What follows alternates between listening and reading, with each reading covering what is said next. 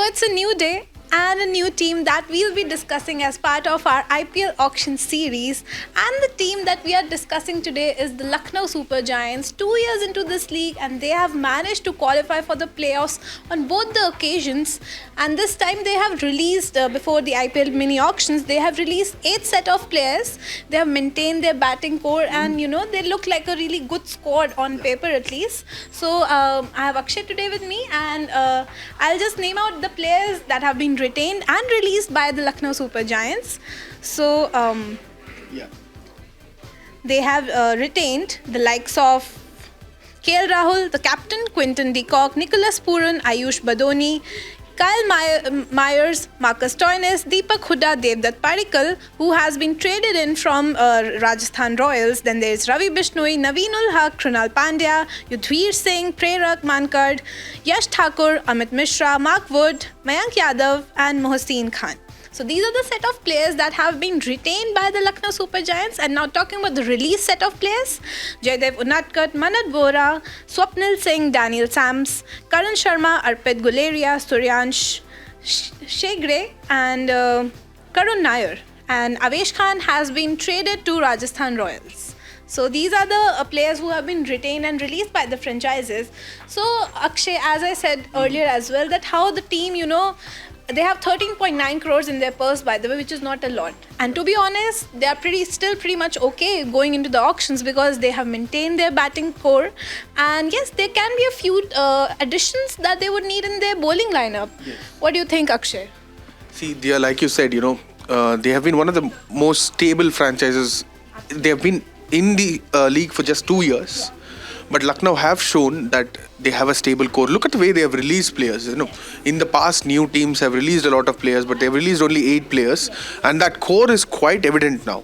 And Rahul, captain, remember he was injured last time throughout the second half of IPL, but he is expected to be back, and he's in good form. He will be leading India and South Africa shortly. So there are a lot of things to look forward to. And one big addition as well, Justin Langer coming in as the head coach of an IPL team for the first time. So we'll talk about that. But looking at the squad, if you look at the spinners that they have, right? Playing in Lucknow, we know the pitches there. They were slow and low last in the last season of IPL, and visiting teams struggled. And one more major change in that squad was Gautam Gambhir the mentor, going back to Kolkata Knight Riders. So that's going to have a huge impact. If you look at the way they have performed in the auctions, Gautam Gambhir's knowledge, expertise of backing young players, someone like a lot of young players they have backed over the, Ayush Badoni, Yash, Thakur. These are the players that Gambhir, when they gave interviews, they said Gambhir backed us. So that much of local talent scouting is going to be missing. But they have also roped in MSK Prasad, former India chief selector, as their talent scout and director. Yeah. So that's going to also play a long role. It's coming back. If you look at the spinners, right? Yes.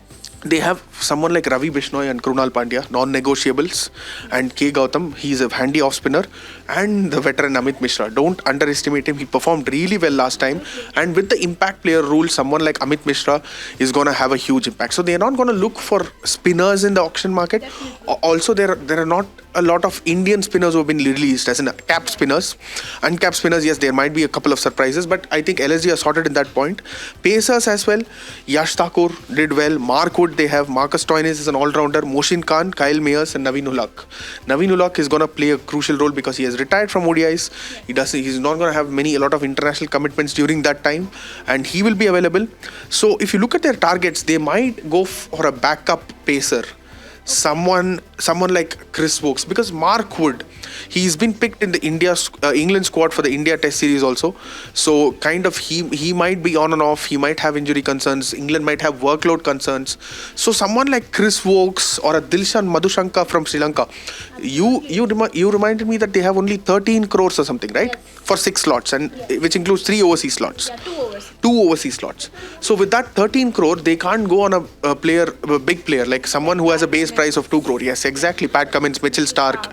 So someone like a Chris Wokes, who is also not part of the England tour. So he will come in England tour of India. So he'll come a little fresh. Yeah. And someone like a Dilshan Madhushanka, who performed superbly well in the World Cup. Yeah. So these priced at just 50 lakhs. 50 lakhs, yes. And these are players who they can target, from the second tier or third tier of base price brackets.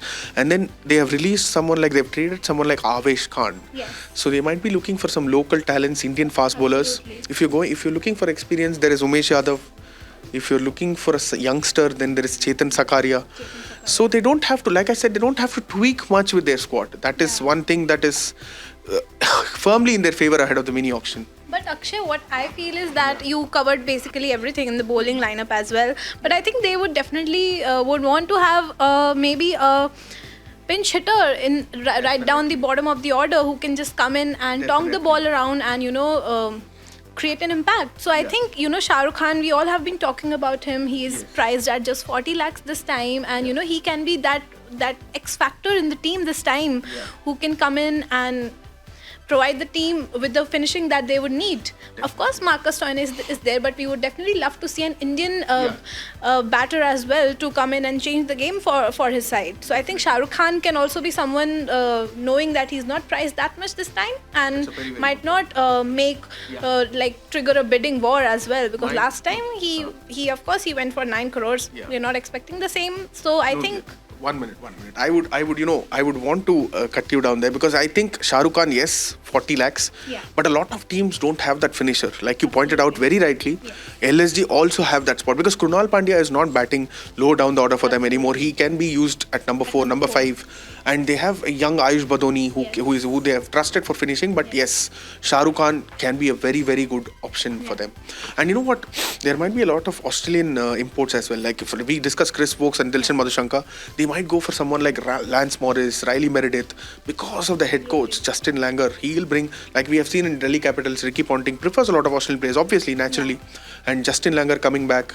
And I'm also intrigued to, see how Justin Langer gels with, auction apart, I am also intrigued to see how Justin Langer gels with someone like KL Rahul, because Gambhir was in charge, Andy Flower was the head coach, Gambhir was the mentor, and now Justin Langer coming in after all the success that he had with Australia. Remember, he ended on a controversial note, players revolt, rumours of players revolt and all that, but he was the one who led them to their first T20 World Cup and then Ashes victories. So there are a lot of things to look forward to in terms of how Justin Langer handles an IPL team. I think he can't be that strict school teacher-ish person here, and how KL Rahul adapts with him is something that I'd be very intrigued to see.